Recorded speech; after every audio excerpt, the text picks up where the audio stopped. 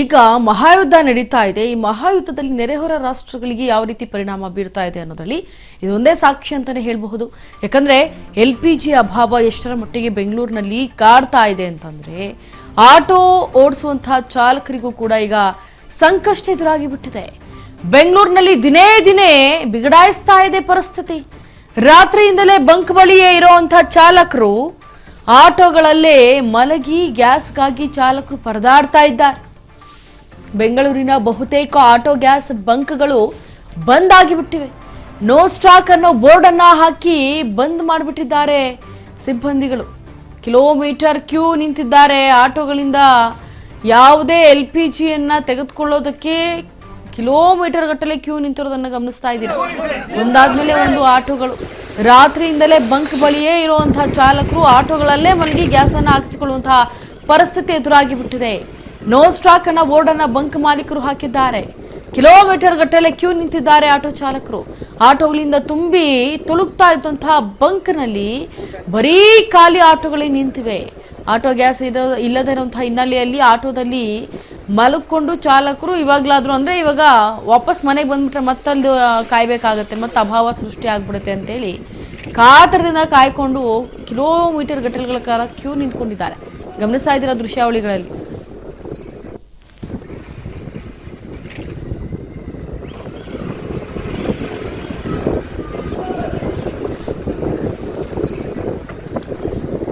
ಬೆಂಗಳೂರಿನಲ್ಲಿ ಬಹುತೇಕ ಆಟೋ ಬಂಕ್ಗಳು ಕೂಡ ಈಗ ಬಂದಾಗಿದೆ. ಆದರೆ ಎಲ್ಲಿ ಈಗ ಗ್ಯಾಸ್ ಸಿಗುತ್ತೆ ಅಲ್ಲಿ ಇವಾಗ ನೇರವಾಗಿ ಹೋಗಿ ಅಲ್ಲೇ ಎಲ್ಲ ಕಡೆಯಿಂದ ಬಂದು ಅಲ್ಲೇ ಹೋಗಿ ಈಗ ನಾವು ಒಂದು ಆಟೋಗೆ LPGಯನ್ನು ಹಾಕಿಸ್ಕೊಳ್ತೇವೆ ಅಂತೇಳಿ ಆಟೋ ಚಾಲಕರು ಕ್ಯೂ ನಿಂತು ಗಂಟೆಗಟ್ಟಲೆ ಕಾಯ್ತಾ ಇದ್ದಾರೆ.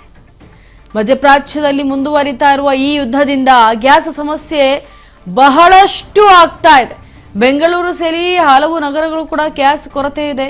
ಗ್ಯಾಸ್ ಬಂಕ್ಗಳ ಮುಂದೆ ಕಿಲೋಮೀಟರ್ ಗಟ್ಟಲೆ ಆಟೋಗಳು ಸಾಲಾಗಿ ನಿಂತಿದೆ. ಹಲವೆಡೆ ನೋ ಸ್ಟಾಕ್ ಅನ್ನೋ ಬೋರ್ಡ್ಗಳು, ಕೆಲ ಬಂಕ್ಗಳು ಬಂದೇ ಆಗಿಬಿಟ್ಟಿವೆ. ಚಾಲಕರು ಗ್ಯಾಸ್ಗಾಗಿ 4 ರಿಂದ 5 ಗಂಟೆಗಳ ಕಾಲ ಕಾಯುವಂತಹ ಪರಿಸ್ಥಿತಿ ಎದುರಾಗಿ ಬಿಟ್ಟಿದೆ.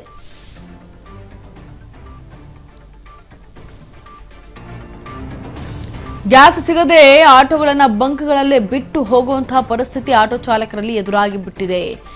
ಮಧ್ಯಪ್ರಾಚ್ಯದಲ್ಲಿ ಯುದ್ಧ ನಡೀತಾ ಇದೆ. ಯುದ್ಧದ ಪರಿಣಾಮವಾಗಿ ಯಾವ ರೀತಿ ನಮ್ಮ ಬೆಂಗಳೂರಿನಲ್ಲೂ ಅದು ಕೂಡ ಇನ್ನು ಅಕ್ಕಪಕ್ಕ ರಾಜ್ಯದಲ್ಲೂ ಕೂಡ ಅಷ್ಟೇ ಸಿಕ್ಕಾಪಟ್ಟೆ ಗ್ಯಾಸ್ನ ಅಭಾವ ಇರೋದ್ರಿಂದ, ಈ ಒಂದು ಗ್ಯಾಸ್ನ ಕೊರತೆ ಇರೋದ್ರಿಂದ ಸಾಲುಗಟ್ಟಿ ನಿಂತಿದ್ದಾರೆ ಆಟೋ ಚಾಲಕರು. ನಾವು ಹೇಗೆ ಮುಂದೆ ಜೀವನವನ್ನು ನಡೆಸೋದು ಅಂತ ಹೇಳಿ ಬೆಂಗಳೂರು ಸೇರಿ ಹಲವು ನಗರಗಳಲ್ಲೂ ಕೂಡ ಈಗ ಆಟೋ ಗ್ಯಾಸ್ಗೆ ಕೊರತೆ ಹೆಚ್ಚಾಗಿದೆ.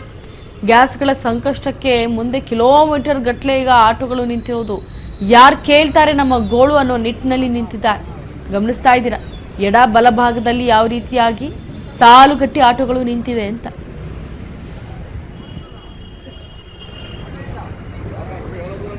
ಬಂಕ್ಗಳಲ್ಲಿ ಕೆಲವು ಕಡೆ ನೋ ಸ್ಟಾಕ್ ಅನ್ನೋ ಬೋರ್ಡ್ ಅನ್ನ ಹಾಕಿದ್ರೆ, ಮತ್ತು ಇನ್ನು ಕೆಲವು ಕಡೆ ಬಂಕ್ಗಳನ್ನ ಯಾವುದೇ ರೀತಿ ಈ ಒಂದು ಸಿಲಿಂಡರ್ಗಳನ್ನ ತುಂಬಿಸೋದಕ್ಕೆ ಜನ ಸಾಲುಗಟ್ಟಿ ನಿಂತಿದ್ದಾರೆ. ಅಂತಂದ್ರೆ ಒಬ್ಬರಾದ್ಮೇಲೆ ಒಬ್ರು ಈ ಒಂದು LPGನ ತುಂಬಿಸ್ಕೊಳ್ಳೋದಕ್ಕೆ ಅಂತಾನೆ ಕಾತರದಿಂದ ಕಾಯ್ತಿದ್ದಾರೆ. ಅದಕ್ಕೆ ಇಷ್ಟು ಜನ ಕ್ಯೂ ನಿಂತಿದ್ದಾರೆ ಅಂದ್ರೆ ಗಮನಿಸಿ ಅವರ ಜೀವನ ಎಷ್ಟರ ಮಟ್ಟಿಗೆ ಇರುತ್ತೆ ಅಂತೇಳಿ. ಅವತ್ತು ದುಡಿದು ಅವತ್ತು ತಿನ್ನುವಂತಹ ಆಟೋ ಚಾಲಕರಿಗೆ ಇದು ಸಂಕಷ್ಟ. ಇನ್ನು ಮುಂದೆಯೂ ಕೂಡ ಸಂಕಷ್ಟ ಕಟ್ಟಿಟ್ಟ ಬುತ್ತಿ ಅಂತಂದ್ರೆ ತಪ್ಪಾಗ್ಲಾರ್ದು.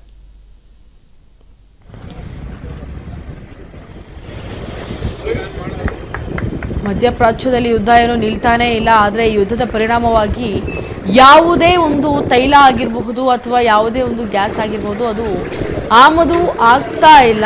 ಸರಕುಗಳು ನಿಂತಲ್ಲಿ ನಿಂತು ಹೋಗಿವೆ. ಈ ಕಾರಣದಿಂದಾಗಿಯೇ ಇಷ್ಟೆಲ್ಲ ಪರಿಣಾಮ ಬೀಳ್ತಾ ಇರೋದು ನಮ್ಮ ಕರ್ನಾಟಕದಲ್ಲಿ. ಸೊ ಅದು ಕೂಡ ಆಟೋ ಚಾಲಕರಿಗೆ, ಹೋಟೆಲ್ ಮಾಲೀಕರಿಗೆ ಬಹಳ ಕಷ್ಟ ಅನುಭವಿಸುವಂತಹ ಸ್ಥಿತಿ ಎದುರಾಗಿ ಬಿಟ್ಟಿದೆ. ಇದರ ಬಗ್ಗೆ ಹೆಚ್ಚಿನ ಮಾಹಿತಿಯನ್ನು ಕೊಡೋದಕ್ಕೆ ನಮ್ಮ ಪ್ರತಿನಿಧಿ ರವಿಚಂದ್ರ ಸಂಪರ್ಕಕ್ಕೆ. ರವಿಚಂದ್ರ, ಈಗ ಕೆಲವು ಬಂಕ್ಗಳಲ್ಲಿ ನೋ ಸ್ಟಾಕ್ ಅಂತ ಹಾಕಿದ್ರೆ ಇನ್ನು ಕೆಲವು ಬಂಕ್ಗಳಲ್ಲಿ ಗ್ಯಾಸ್ ಅನ್ನ ಕೊಡ್ತಾ ಇದ್ದಾರೆ. ಸೊ ಈಗ ಗ್ಯಾಸು ಬಂಕ್ಗಳಿಗೆ ಸರಬರಾಜು ಆಗ್ತಾ ಇದೆಯಾ ಇಲ್ವಾ?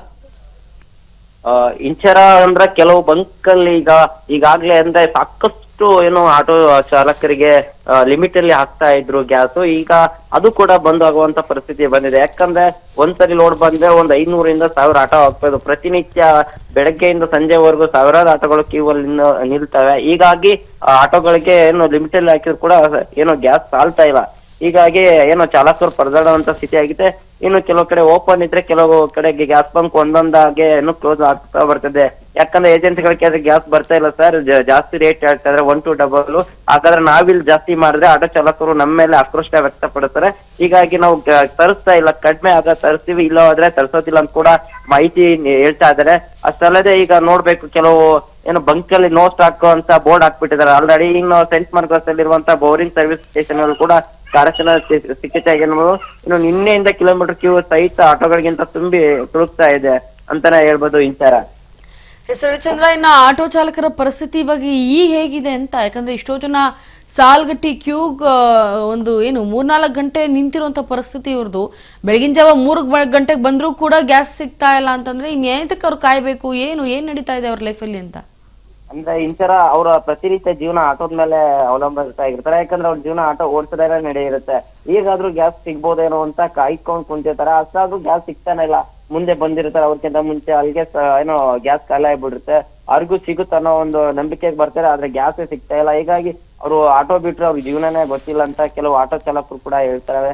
ಆದ್ರೆ ಆಟೋಕ್ಕೆ ಗ್ಯಾಸ್ ಸಿಗದಿದ್ರೆ ಅವ್ರ ಜೀವನ ಮಾಡೋದು ತುಂಬಾ ಕಷ್ಟ ಇಂತಾರೆ. ಮುಂದಿನ ದಿನಗಳಲ್ಲಿ ಬಹುತೇಕ ಎಲ್ಲಾ ಗ್ಯಾಸ್ ಬಂಕ್ಗಳನ್ನು ಕ್ಲೋಸ್ ಆಗುವಂತ ಸಾಧ್ಯತೆ ಇದೆ ಇಂಚಾರ.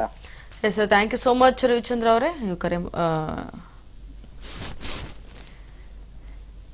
ಎಸ್ ನೋಡಿ, ಈ ಒಂದು LPG ಅಭಾವ ಹೆಚ್ಚಾಗಿ ಕಾಡ್ತಾ ಇರೋದ್ರಿಂದ ಚಾಲಕರು ಎಲ್ಲಿ ಯಾವ ಬಂಕ್ಗಳಲ್ಲಿ LPG ನಿಮಗೆ ಗ್ಯಾಸ್ ಸಿಗುತ್ತೆ ಆ ಬಂಕ್ಗಳತ್ತ ಮುಖ ಮಾಡಿ ಮುಗಿ ಬೀಳ್ತಾ ಇದ್ದಾರೆ. ಸೊ ದಿನಕ್ಕೆ ಒಂದು ಬಂಕ್ಗೆ 50ರಿಂದ 60 ಆಟೋಗಳು ಬರುತ್ತೆ ಅಂತಂದರೆ, ಅದಕ್ಕಿಂತ ಹೆಚ್ಚಿನ ಆಟೋಗಳು ಕೂಡ ಬರ್ತಾ ಇದ್ದಾವೆ ಅಂತಂದರೆ ಬೇರೆ ಬೇರೆ ಕಡೆಯಿಂದನೂ ಆಟೋಗಳು ಬರ್ತಾ ಇದ್ದಾರೆ. ಬಿಕಾಸ್ ಅವರ ಏರಿಯಾಗಳಲ್ಲಿ ಅಥವಾ ಅವರ ನಗರಗಳಲ್ಲಿ ಈ ಒಂದು ಗ್ಯಾಸ್ಗಳು ಸಿಗದೇ ಇರುವಂಥ ಹಿನ್ನೆಲೆಯಲ್ಲಿ, ಕೊರತೆ ಅಲ್ಲಿ ಹೆಚ್ಚಾಗಿ ನೋ ಸ್ಟಾಕ್ ಅಂತ ಬೋರ್ಡ್ ಹಾಕಿರೋ ಹಿನ್ನೆಲೆಯಲ್ಲಿ ಎಲ್ಲಿ ಸ್ಟಾಕ್ ಇರುತ್ತೋ ಅಲ್ಲಾದರೂ ಅಟ್ಲೀಸ್ಟ್ ಒಂದು ಊಟಕ್ಕಾಗತ್ತಪ್ಪ ಅಂಥೇಳಿ ಆಟೋ ಚಾಲಕರು ಪರದಾಡುವಂತಹ ಪರಿಸ್ಥಿತಿ ಈಗ ಎದುರಾಗಿ ಬಿಟ್ಟಿದೆ. ಆಟೋ ಚಾಲಕರು ಈಗ ಎಲ್ಲಿ ಗ್ಯಾಸ್ ಸಿಗುತ್ತೆ ಅಲ್ಲಿ ಮುಖ ಮಾಡಿ ಹೋಗಿರೋದನ್ನು ಗಮನಿಸ್ತಾ ಇದ್ದಾರೆ. ಜೊತೆಗೆ ಸಾಲು ಸಾಲು ಕ್ಯೂ ಮಾಡಿ ನಿಂತಿದ್ದಾರೆ. ಸರತಿ ಸಾಲಿನಲ್ಲಿ ಕಿಲೋಮೀಟರ್ ಗಟ್ಟಗಳ ಕಾಲ ಆಟೋಗಳನ್ನು ನಿಲ್ಲಿಸಿ ಕಾಯ್ತಾ ಇರುವಂತಹ ಪರಿಸ್ಥಿತಿ ನಮ್ಮ ಆಟೋ ಚಾಲಕರದು ಈಗ ಇದು. ಬಟ್ ಈ ಒಂದು ರೀತಿ ಇದೇ ರೀತಿ ಮುಂದುವರಿತಾ ಇದೆ. ಮುಂದೆ ಜೀವನವನ್ನು ಮಾಡೋದಕ್ಕೆ ತುಂಬ ಕಷ್ಟ ಆಗುತ್ತೆ ಅಂದರೆ ತಪ್ಪಾಗಲಾರ್ದು. ಆಟೋ ಚಾಲಕರು ಈ ರೀತಿಯಾದಂತಹ ಒಂದು ಪರಿಸ್ಥಿತಿಯಲ್ಲಿ ಏನು ಮಾಡೋಕ್ಕಾಗೋದಿಲ್ಲ. ಬಟ್ ಸರ್ಕಾರ ಇದನ್ನು ಗಮನಿಸಿ ಏನು ಮಾಡುತ್ತೆ ಕಾದು ನೋಡಬೇಕಾಗತ್ತೆ.